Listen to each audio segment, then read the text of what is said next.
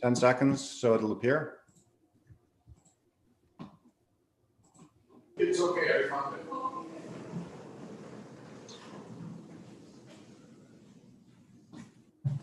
And it looks like we are live, Chair, so we can start when you wish. Okay, well, good morning, everyone. I'm going to call to order our public meeting of the Mayor's Council. The first item on our agenda is the adoption of the agenda. As the Mayor's Council knows, we did receive a notice of motion from Mayor Mike Hurley, and everyone did receive that this morning here. So what I am going to suggest is that number one, that item be added as new business as part of the agenda, but also to vary the agenda, the request has been made that the item be considered before the election of chair and vice chair. So in adoption of the agenda, I'm going to suggest that that's where the item would place. This body will still have a discussion whether it wants to waive notice, which has not been, it does require a 2/3 majority, whether this body needs to consider that. But first we will deal with where this places on the agenda. And then when the item does come up, we will first deal with whether the body wants to waive notice or if the notice of motion should be considered at the January Mayor's Council meeting. Mayor Froese? Yeah, thank you. I've been searching through my emails and I have not found the notice of motion that we're referring to. I heard about it through this and late last night. So I'm at a loss of what we're putting on the agenda. Yeah, so Mike Buda, maybe you can provide some clarification, but also I know you sent an email out this morning. Is that correct? Yes, I did, Chair. I'll resend it to you right now, Vice Chair Froese. And we'll obviously be ready to put it on screen when this item comes up. Okay, and I think for folks that may have not seen it or be unaware, the notice of motion relates to creating a second vice position for the Mayor's Council. Okay, so I will now look to the body if they would like to adopt the agenda as I have described. So moved. Second. It's been moved and seconded. All those in favor? Aye. Opposed? Carried. Okay, we are now going to go to the adoption of the minutes of our October 29th meeting. Move adoption. It's been moved and seconded. All those in favor? Aye. Aye. Opposed? Carried. Okay, before we move to item number 2 on the agenda, as per our discussion on the adoption of the agenda, we are going to deal with the notice of motion right now. I'm going to ask Mike to put the notice of motion up on the screen so that everyone can see it. As I mentioned in my earlier comments, for this notice of motion to be considered by the Mayor's Council, it does require a 2/3 vote, as it did not meet the 5-day requirement to be putting a motion on table at the Mayor's Council. If that notice is not waived, then this motion will automatically be on the agenda for the January Mayor's Council meeting. So I'll let everyone just have a quick look on that. But so the first discussion we're having is not to debate the motion, but actually to discuss whether we want to consider a motion to waive the notice. So I guess I will first look to the Mayor Hurley, who introduced the motion, if he is interested in putting forward a motion to waive notice for this motion. Yeah, so I sent forward this notice of motion, and I will ask for a motion to waive notice on this position. Do you want me to read the notice of motion right now, or you just want to do? Why don't you read it out, just so if anyone's listening online too, so they can follow along the conversation that we're having. Okay, so it's a notice of motion to establish a second vice chair for item 2 public meeting. That the Mayor's Council on Regional Transportation number 1, establishes the position of the second vice chair effective January 1, 2021. 2, that it directs the Mayor's Council staff to amend the rules of procedure to include the position of a second vice chair for Mayor's Council, consideration at the January 28, 21 meeting. And 3, agree to conduct the election for the second vice chair at December 3rd, 2020 meeting conditional on the rules of procedure being amended to include the position of a second vice chair. Okay, thank you, Mayor Hurley. So Mayor Hurley has put forward a motion to waive notice so that this item can be considered at this time. I will ask the body, is there a seconder to that motion? Second. Okay, it's been seconded. So I will now open it up to discussion on the motion, but I do want to be clear with the body, we're not debating the motion. We're debating whether we should be waiving notice for the motion. So if we could restrict our comments to that discussion. Mayor Froese. Thank you very much. Thank you very much for that.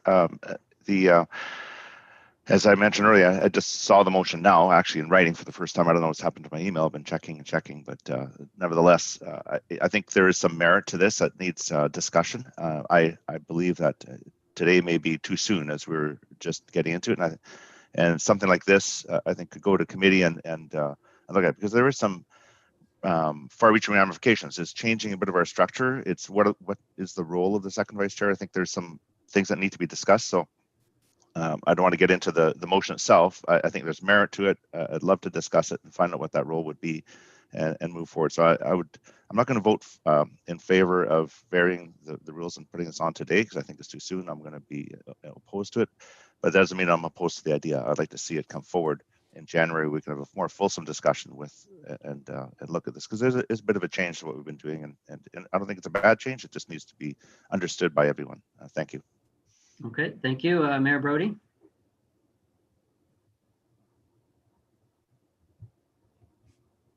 Mr. Chair, then the question is alive as to if this goes through and notice is waived, exactly, is the next matter on a motion to address this in closed right away? So I think that would be an issue that we would deal with after. If the notice is not waived, then no, the item is done. If it is waived, then the body could discuss whether there's reasons it wants to move the item into a closed discussion there, and that would have to be something that actually would be voted on by the body. I will look to our recording secretary and Mike Buda to get clarification on that, but sorry, Yeah, maybe Carol and Mike can provide some information on that, because I'm getting guidance from them. Yep, that's correct, Chair Cote. If the body can pass a majority vote to go into a closed session, if the notice is waived. All right, so if the notice is waived, then I would make that motion subsequently. Yes, correct. Okay, Mayor Richard Stewart. Thank you. And I'm kind of like Mayor Froese. I just saw this. I'm curious as to the reasons for it. I don't see the reason to waive notice, because establishing a second vice chair could be done mid-year or at any time. So with these kinds of things, I always urge people to give us enough notice. This notice of motion, though, isn't a notice of motion, because obviously it's written as notice of motion and anticipates that we do something today, which isn't a notice of motion. Article 3 says that we agree to conduct the election today, which is completely inconsistent with a notice of motion. I was going to do a point of order on you can't have a debate about whether to move into closed in open. That's against every rule of order. So I'm not certain that an election to move into closed is appropriate, simply a call to move into closed. And then in closed, we determine whether or not being enclosed is valid. Yeah, no, fair enough. And I'll look to guidance if it does come to that from Carol and Mike, exactly how to manage that that particular discussion, because we are not talking about having an election enclosed or even necessarily making a decision on this motion enclosed. I don't think that's what's being discussed there. So I will, if notice is waived, then I will look to Carol and Mike to help guide us through Mayor Brody's suggestion to have in-camera discussion on this here. So I'm not seeing any further speakers on this item. Use your raise hand feature if you did have a comment to make. Councillor Cameron, I saw you. Yeah, Councillor Cameron. I'm just interested from the mover and seconder, why the urgency? Because we all got this notice last night or this morning, and I mean, I'm not averse to it, but I just don't understand why the urgency to have the vote today. If there is a desire for that, I don't know what's behind it. It would be helpful to know. Okay, thank you, Councillor Cameron. Mayor Hurley, are you? You're muted, Mayor Hurley. No, Mayor Hurley, you're still muted. I would be willing to remove the ask to have it waived and to just let it sit as a notice of motion for the next meeting, if that's possible. Okay, I'll look to Mike. Can the mover now pull back the request to remove notice given the conversation, or do we have to bring it to a vote? Carol? That's a good question. Let me just, It's been moved and check. seconded. yeah, it can be withdrawn, but I think it requires 2/3 of the mayor's council members to agree. So I will Or just can- check on that. Or consent. Yeah, Yeah. What I probably will suggest to make this simpler is just to go ahead with the vote, even if it's just to not go ahead with the waiving of notice, just to make this more straightforward for. it would be more straightforward to deal with that way. Yes. Okay. I'll move along on the speaking list, and if Mayor Hurley, if you don't have any further comments, Mayor Kennedy. That's fine. Yeah.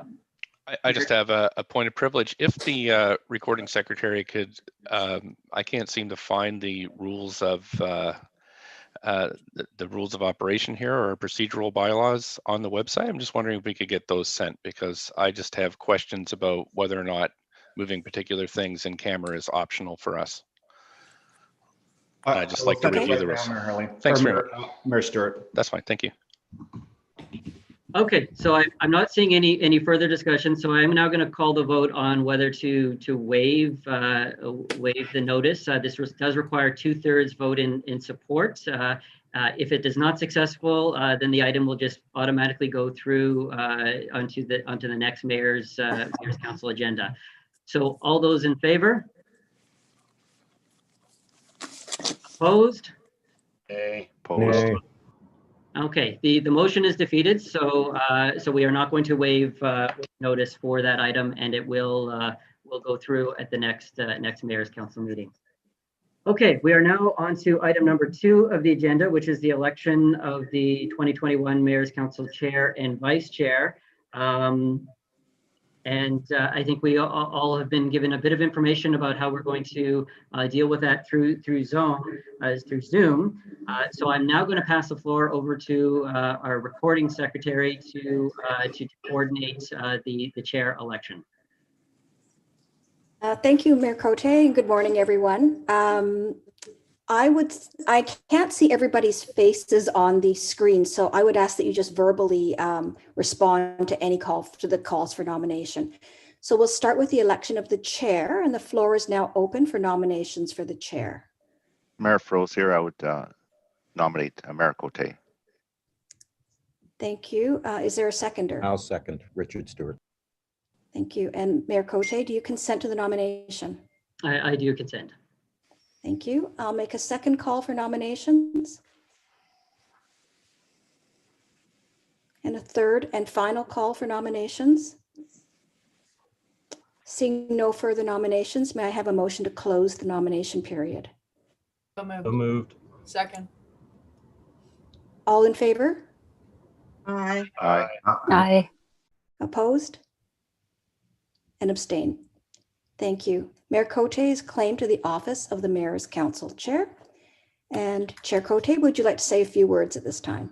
Yeah, well, thank you very much. I think 2020 has been a really challenging year for the Mayor's Council and TransLink. I think when we think back to where we were a year ago, I think none of us could have anticipated or imagined the difficulties and stresses that we're facing. But these are stresses that have been out of our control related to a global pandemic. But I do want to thank the body for the work it has done through this challenging work. in particularly in the difficult days in the pandemic when we were facing some significant financial challenges, and coming together as a team to help advocate with the provincial and federal government to get us support to see us through. I'd love to say 2021 is going to be an easier year, but I think we all know the challenges that we're dealing with are going to continue into the new year, and there's a lot of really important work for us to do. So really appreciate the support from this body to be able to continue to do this work and really bring the voices of everyone around this table forward here. So I believe I'm now tasked with coordinating the election for the chair of vice chair. Is that correct, Carol? I can do it or you can do it. It's totally up to you. You know what? You did such an amazing job. Maybe I'll let you. Okay. Okay. So now we'll continue with the election of the vice chair, and the floor is now open for nominations. I'd like to nominate Mayor Jack Froese. Thank you, Mayor Vanderbroek. Is there a seconder? Second, Linda Buchanan. Thank you. Mayor Froese, do you accept the nomination? Yes, I do. Thank you. Thank you. I'll make a second call for nominations. And a third and final call for nominations. As there are no further nominations, may I have a motion to have the nomination period closed? Richard Stewart. Second. All those in favor? Aye. Aye.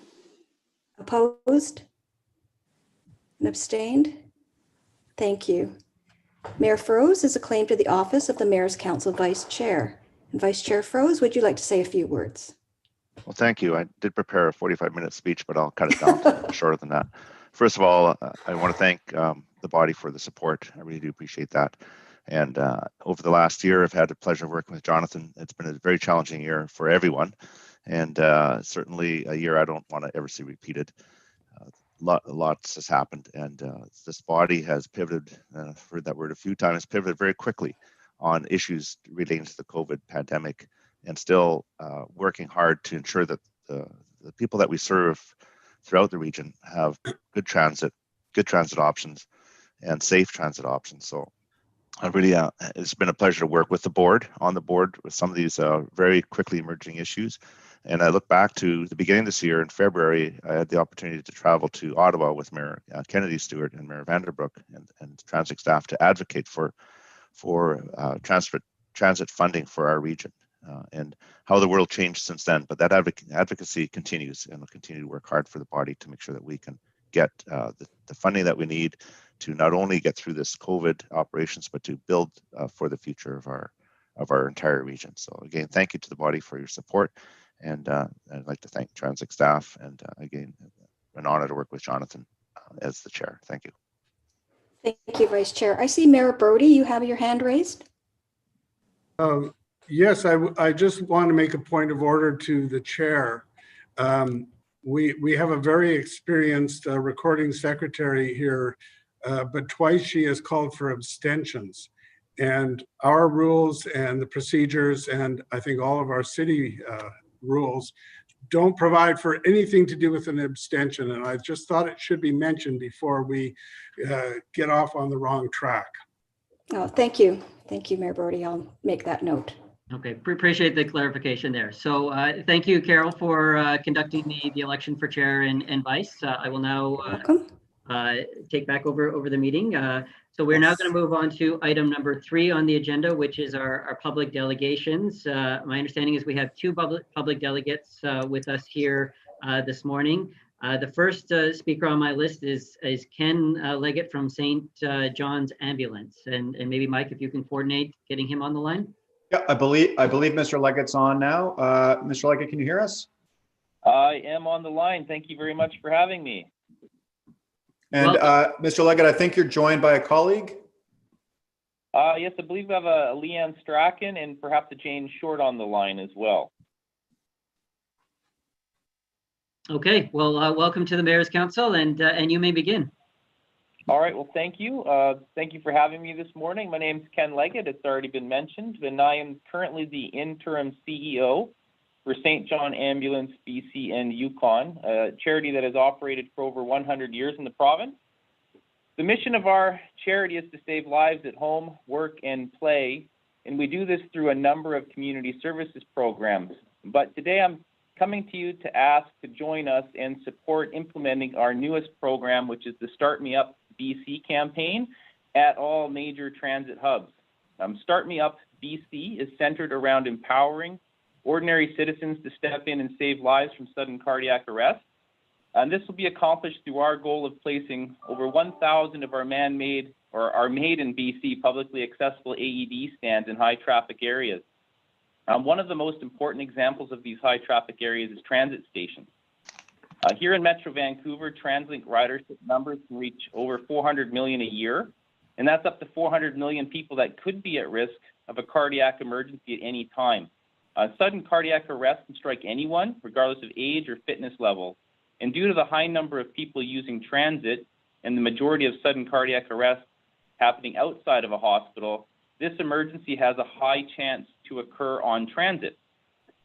During sudden cardiac arrest, it only takes a few minutes for brain damage to set in, and after 12 minutes or so, survival rate is less than 5%. So if someone were to collapse from sudden cardiac arrest while riding transit, while waiting for a bus, or while walking by the station, action has to be made within minutes. And so our AED stands will give bystanders the quick access they need during those first moments of collapse, allowing them to make a difference and increase the survival chance up to 90%. Transit hubs also hold a crucial need for AED accessibility due to their locations.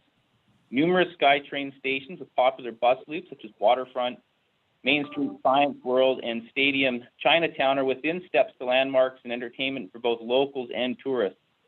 This means that the placement of our AED stands protects not just transit riders, but residents and visitors outside the stations as well. In fact, we've already seen these devices inspiring a movement around the world in regards to transit. Just last year, California's Metrolink made AEDs required on board a certain number of trains not long after a man collapsed and died on an LA-bound train. And just this October, it was announced that AEDs are going to be installed at all subway stations in Beijing. Now, we know that the installation of our AED stands will make a difference for the thousands of British Columbians that suffer from sudden cardiac arrest each year.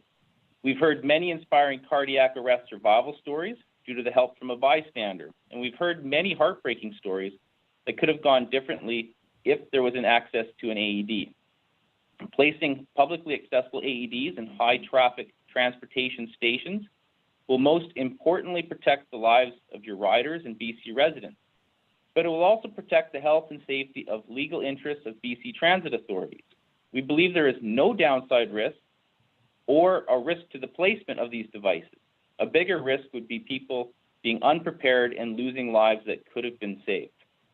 So we hope that you can join us in our Start Me Up BC movement and work with us to develop a plan to deploy our AED stands at transit hubs to empower our everyday transit riders and employees. So thank you for the opportunity to share that, and that is our Start Me Up BC movement and program that we're undertaking to launch and develop across the province in the next couple of years. Okay, well, thank you very much, Ken, for joining us this morning and letting us know about this work in this program. I'm going to probably suggest that we direct this information first to TransLink staff to have a look at that, review it, and then either bring it back to whatever appropriate bodies, whether that be the TransLink board or the Mayor's Council, once they've had a chance to better understand the program there. But really appreciate bringing this to our attention. And if you do have any materials that you would like us to share with all of the mayors too, I'm sure through Mike Buda we can coordinate that as well. So thank you. All right, excellent. Thank you very much. Okay, thank you. We're now going to go to our next speaker in public delegations. We have Joe Kunstler. Welcome, Joe. Good morning. Can everyone hear me okay? We can, yes. All right. Good morning, World Famous Mayor Council. Joe Kunstler here. I will be acute. We have an unnecessary crisis in our hands from the city government of Vancouver with the mobility pricing scheme. Let me quote my good friend, Minister Bowen Ma, with the full quote that was passed along to you pre-meeting. Quote, I'm not philosophically opposed to decongested pricing. However, even before the pandemic hit, we had made clear that our priorities and expectations for decongestion pricing plan here would be chief among them that it would be fair and equitable from a socio-economic perspective, so that the last thing we want to do is to be punishing people for not being wealthy enough to live close to where they work. End quote. Sounds to me like that's a concern Mayor Brad West has made. Now, second, this crisis that only Mayor Candy Stewart saw, and let's be honest, his staff, is going to put additional stress on the TransLink system and on park and ride capacity outside of what some are calling the Christine Boyle toll wall. Will the city government of Vancouver compensate TransLink for the impacts of relieving the wham bam tax? Unlikely. So I have a simple solution here. Without clear legal authority to proceed, I'm calling on TransLink and the Mayor's Council to stand down on mobility pricing work with one exception. Start figuring out what the impacts to TransLink service demand will be if the Christine Boyle toll wall was built, and then send the city government. Point of order, Mr. Chair. I think this is really not in step with how public delegations should be addressing our council, and defaming individuals is really outside the purview of what the delegation should do. So I would ask you to rein that in if possible. Thank you. Okay, appreciate the comment. And for the delegate, you know, I know you're welcome, obviously, to talk about the issue and make reference to obviously, but I think there might be a few comments related to elected officials or former elected officials, and I think just to be respectful to this body and the level of discussion we like to have here, if we could, if you can keep that, please keep that in mind while you're addressing the body.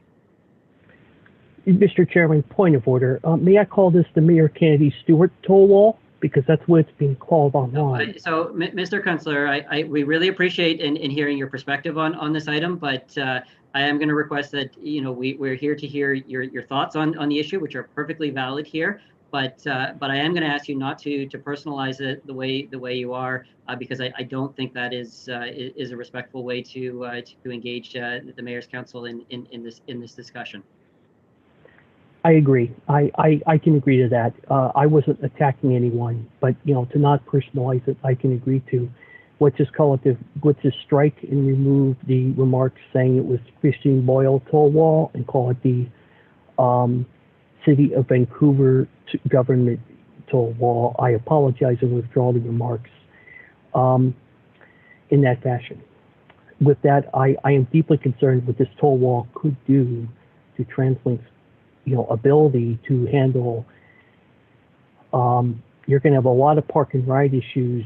You're going to have a lot of, you know, people parking outside of the toll wall, and then trying to get, you know, onto the transit services, and then not paying for the full cost of those impacts. That's what I'm concerned about. Again, I apologize if people don't like the fact it's being called a toll wall, that I'm calling out the politicians pushing this. I do apologize. And I hope the mayor and Councilor Doyle, who are pushing this, can accept that apology moving forward. I have also have deep concerns about the kind of politics that could be unleashed if this mobility pricing moves forward. I've seen it in Washington State. It is ugly. We call it Imanism. I don't want to see that for you guys. Moving forward, unless I need to withdraw or revise my remarks again, Mr. Chairman, I want to sincerely wish TransLink and the Mayor's Council a happy 2021. Keep being a beacon of light. I am optimistic in 2021 that the border will reopen and that Minister Mall will finally get a ribbon cutting with Chericote. Congratulations, by the way, Mr. Chairman, and Mayor Buchanan for the Rapid Bus R2 Bowen line. I hope it turns into the healing of the victory parade down the streets of North Van for all the TransLinks of 2020. So, may I name individuals in a positive light, Mr. Chairman? Yeah, I think that's fine. Please continue. Thank you. I'd rather check. I respect Mayor Stewart's concerns. from Minister Ma, Jada Stevens, who are going to look up at transit maps, Sarah Ross of the bus lanes, the operators who made labor deals with Bonner and preserved service throughout the pandemic at great risk to themselves. And of course, Mayors West, plus Buchanan, and Chair Cote. That's what I want for 2021 for you. And with that, Mr. Chairman, do I need to apologize to anyone or anything? Because I think I'm done unless I need to withdraw or apologize again. Okay. Well, thank you very much, Joe, for joining us here today. This particular item that you talked about isn't on the Mayor's Council agenda, but either through our long-range planning, Transport 2050, it will be an item that will be discussed and debated on this body, but also in terms of responding initially to some of the work and proposals from the City of Vancouver. But that's not on the agenda today, but it will be a future discussion for this body into the future. So thank you for joining us. So that completes our public delegates this morning.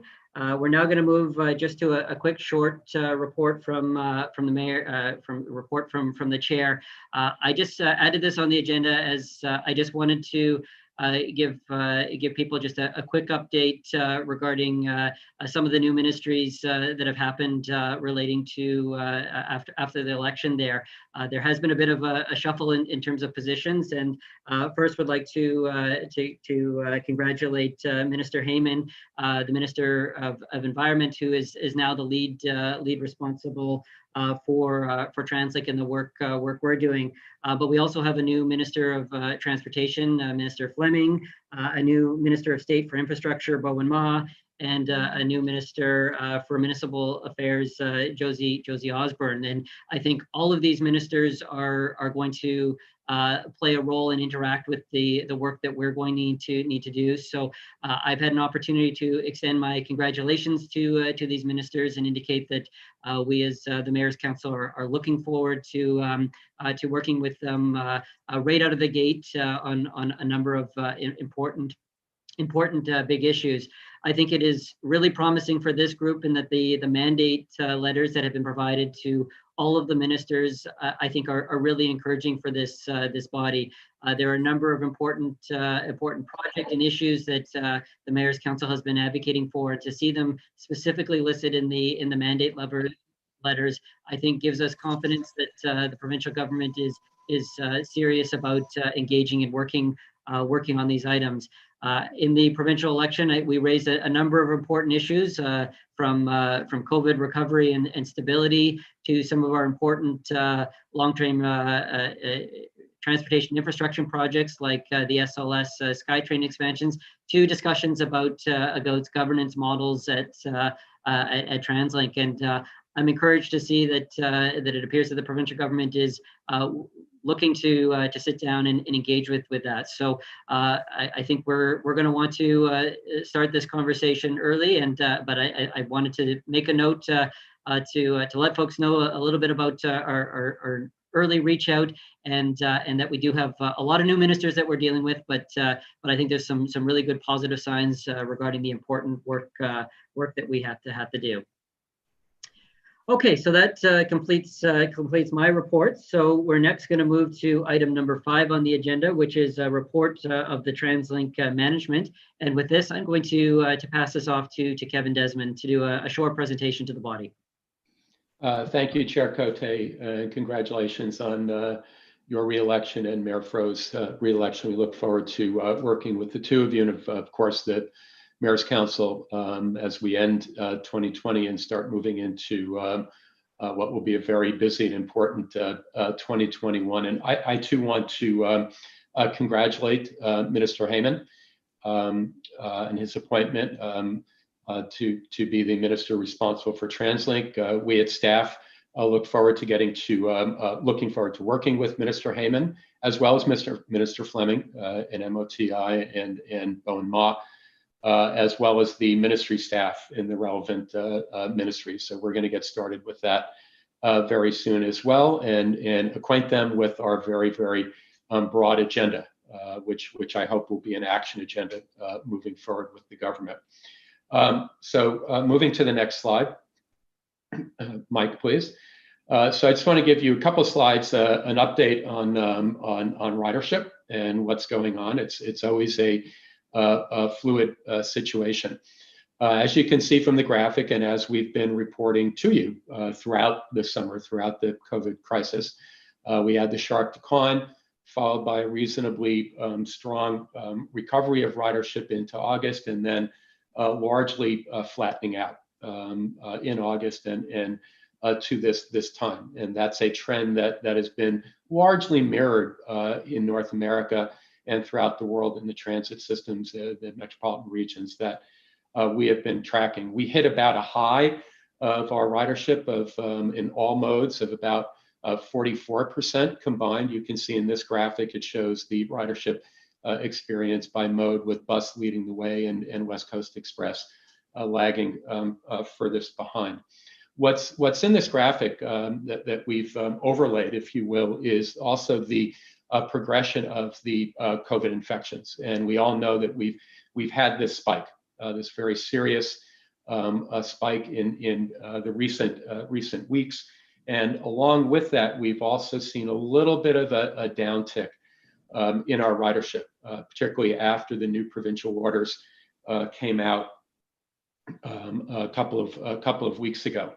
And in fact, this graphic is a little hard to see it and demonstrate, but 2 weeks ago, our ridership declined to about 39% of pre-COVID. Just last week, it came back up to about 42% of pre-COVID. All to say it's fluid.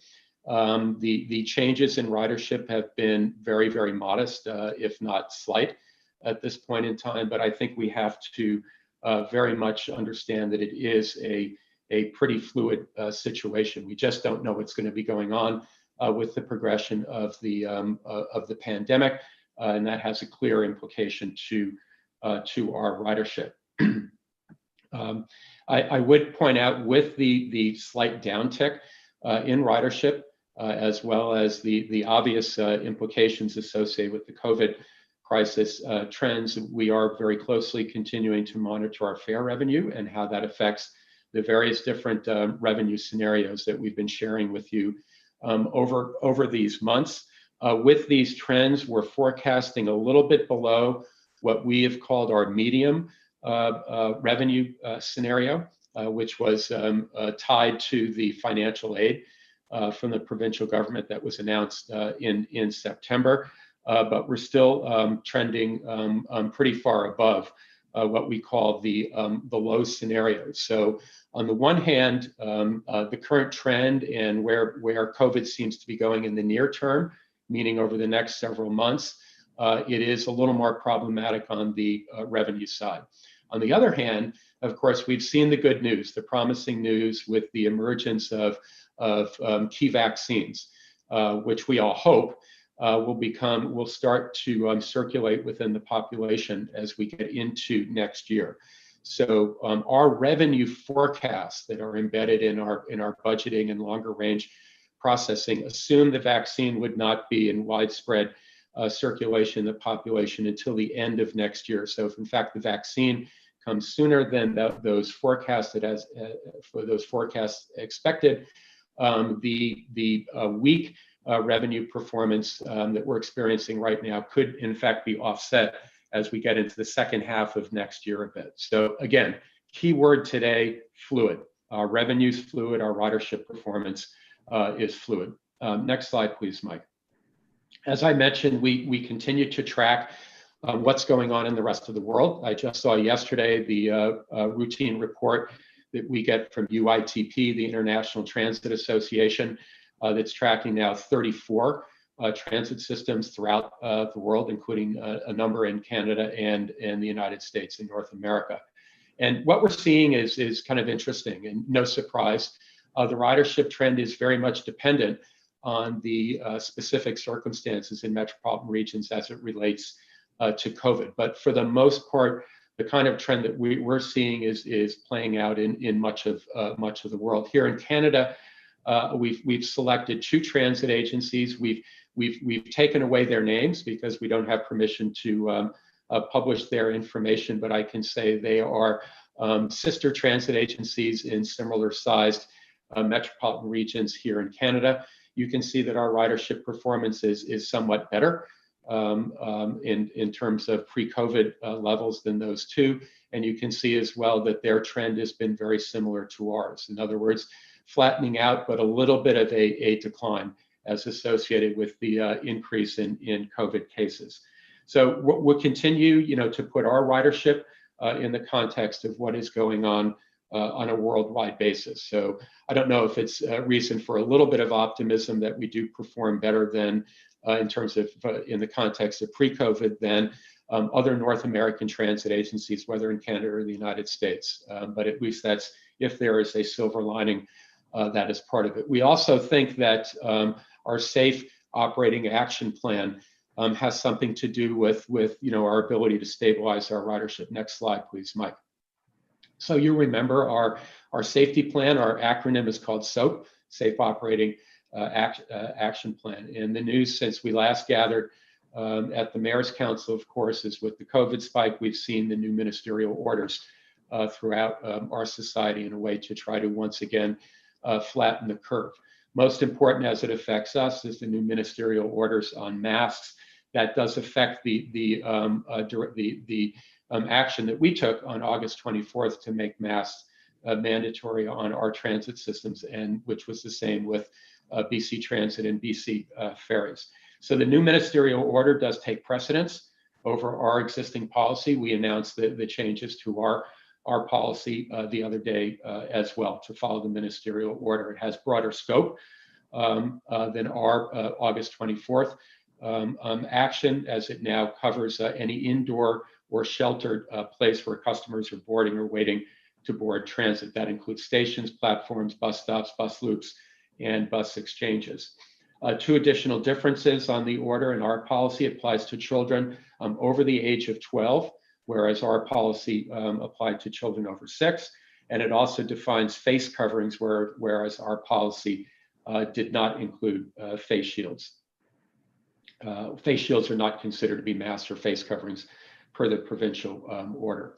The transit police are now enforcing the new ministerial order in place of TransLink's mask policy. Transit police, we can remind the public, can issue fines up to $230 if people are in violation. The transit police have issued some tickets, a very small amount in relative terms at this point. We continue to see very, very, very high public compliance with the mask order, and that's great to see. At 95% of our customers at our last check, we believe are wearing masks. So we are pleased to see that, and we continue to encourage our customers to do everything they can to stay safe, and please wear masks.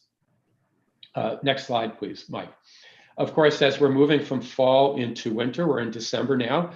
We at TransLink always start the season off internally with getting ready for the inevitable adverse weather that comes in winter here in our region. Lots of rain, lots of wind. It gets colder, and of course, snow is generally inevitable in one form or another. So annually, we launch a new winter safety campaign. We want to make sure that the public is aware of the things that they should be doing as they get into the winter weather. And of course, when adverse weather is upon us, we're reintroducing our mascots, sloth, octopus, and monkeys. They're wearing masks this year. These car cards and posters are showing up on board trains and buses between middle of November and through January, reminding people to take it slow on slippery floors, plan ahead, and allow for extra time. Always hold on when trains and buses are in motion. Internally, we've been getting ready for our adverse weather conditions. We launched our season with a full hands-on deck workshop through all of our operating companies and our contractors to make sure that we are working from our lessons learned from previous seasons and otherwise have our emergency operating plans ready to go. That includes making sure that we continue to have excellent partnerships with the municipalities, with all of your staff. We're only as good as the streets that our buses operate on. You all have very challenging snow and ice clearing operations, and we like to think that the main arterial corridors where our buses operate are among your city's priorities, and those liaison activities are very good, as well as liaisoning with Environment Canada to provide support. Next slide, please, Mike. Now back a little bit to SOAP, our Safe Operating Action Plan. You know, we're always looking worldwide for emerging and actual best practices, innovations that we might be able to apply for our system to improve the reality of public health safety on our system. You saw several weeks ago, we launched our what we call our copper pilot, where we are now with some partners testing the effectiveness of Copper Ally and organosilane bacteria and virus killing properties on our buses and trains. We've installed these materials on 2 trolley buses that operate in Vancouver on high ridership routes, and 2 SkyTrain cars on the Expo in Millennium Line. Copper Ally surfaces are naturally antimicrobial with self-sanitizing properties, destroying up to 99.9% of bacteria and viruses within 4 hours. Organosilane is a wipe-on coating that can provide long-lasting protection against damaging microbes such as bacteria, mold, mildew, and many viruses. We are the first transit agency, we believe, in North America, if not in the world, to test this technology. This is being done in partnership with Tech Resources, Vancouver Coastal Health, VGH and UBC Health Hospital Foundations, Coalition for Healthcare Acquired Infection Reduction Canada, and UBC. So it's a collaboration, it's a demonstration, it's an innovation test. And each of these pieces of equipment are tested a couple of times a week. They're swabbed to determine the antimicrobial effectiveness.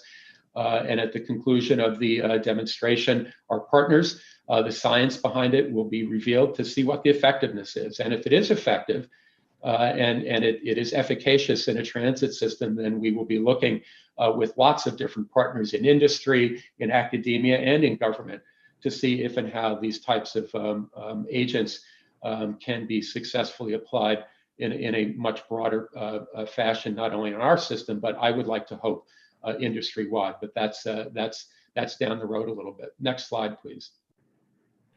As we are beginning to think about not only the here and now with our ridership, but clearly as we begin to see the light at the end of the tunnel, when we see the vaccine coming and we see regular social activities return, we'd like to see that our ridership will return with that. That's vital for the mobility and economic health of the region, we believe, but of course it's very important to TransLink's bottom line.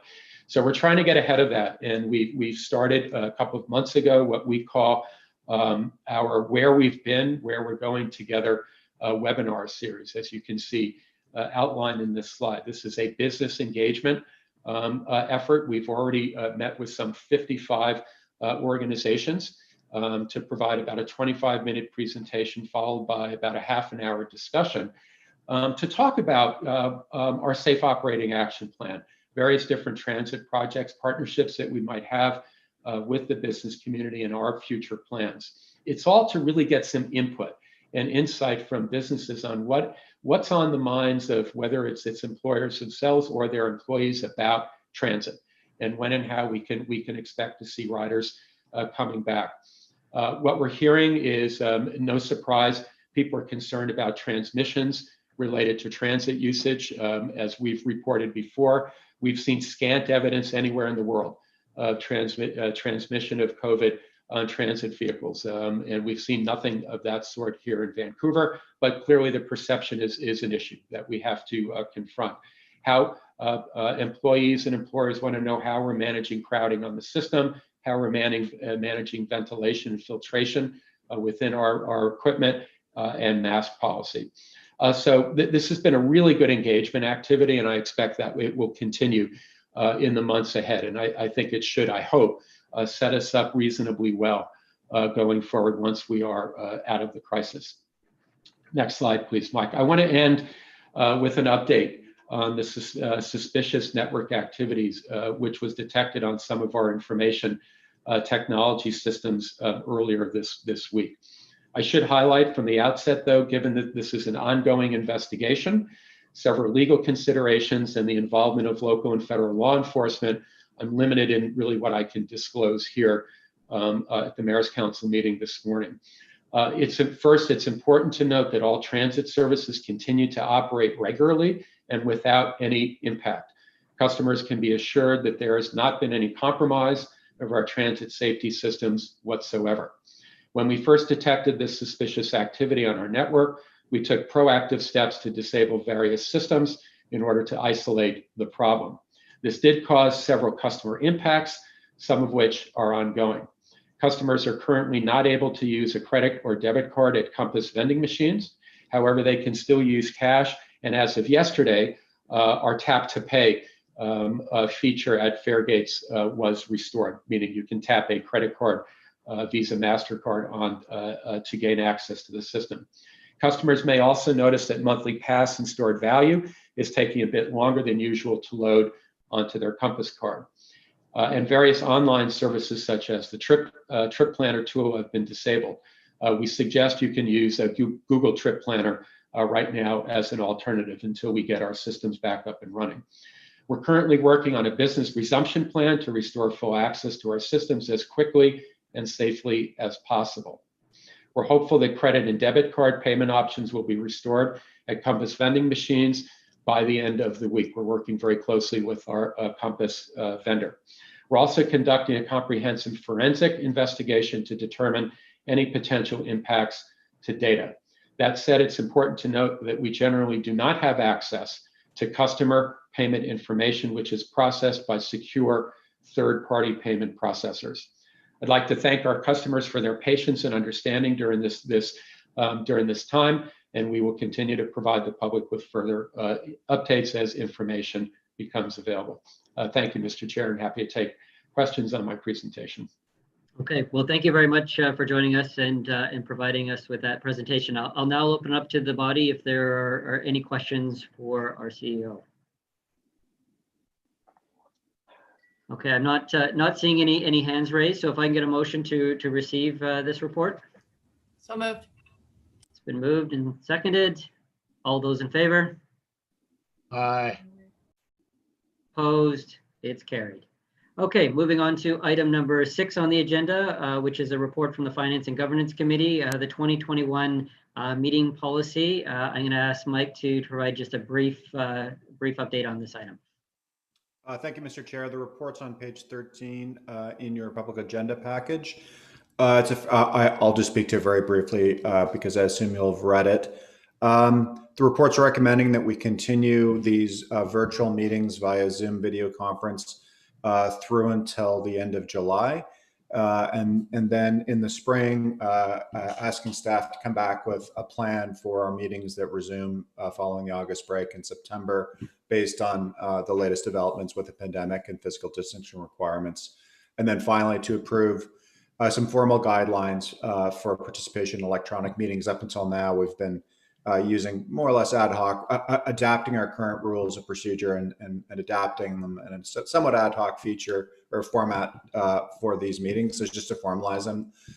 The reason we're suggesting we actually plan to continue these video conference-based meetings until July is simply that there's obviously some uncertainty as to when physical distancing requirements may be lifted. I know that the vaccine developments seem to be happening quickly, but there's a bit of uncertainty. And I know that for many of you, you're scheduling your time through a big piece of 2021. And we thought it would be important to provide you with some certainty as to how these meetings will be planned, at least until July. And then in the spring, depending on how the pandemic evolves, we can alter that plan if appropriate. That's my report. Happy to answer any questions, Mr. Chair. Okay, thank you. I'll open it up if there are any questions on the body. Move the recommendation. Seconded. Moved and seconded. Mayor Vandenbroek. Thank you. It's not a question. I just want to take this time to thank TransLink staff for keeping us, I don't want to say contained, but for keeping us going. It's been really fluid and it's been really difficult for everyone. And staff has done an amazing job of keeping these meetings going and keeping us on track. And I just really want to take the time to thank them all. And and you, Mike and Kevin. Like I said, it's been really hard for all of us, and you guys have done a spectacular job. So thank you. No, thank you, Mayor Vanderbroek. And, I think the whole body really thanks all the work that's been done to help coordinate and really keep the meetings that have needed to happen, to be able to coordinate the discussions that we've had around this body. So a lot of appreciation there. So the recommendation in the report has been moved and seconded. I am going to call the question. All those in favor? Aye. Aye. Opposed? Carried. Okay, that was the last item on our open agenda. Our next Mayor's Council meeting is January 28th. And we are now going to take a short break before we move into a closed meeting to begin in 5.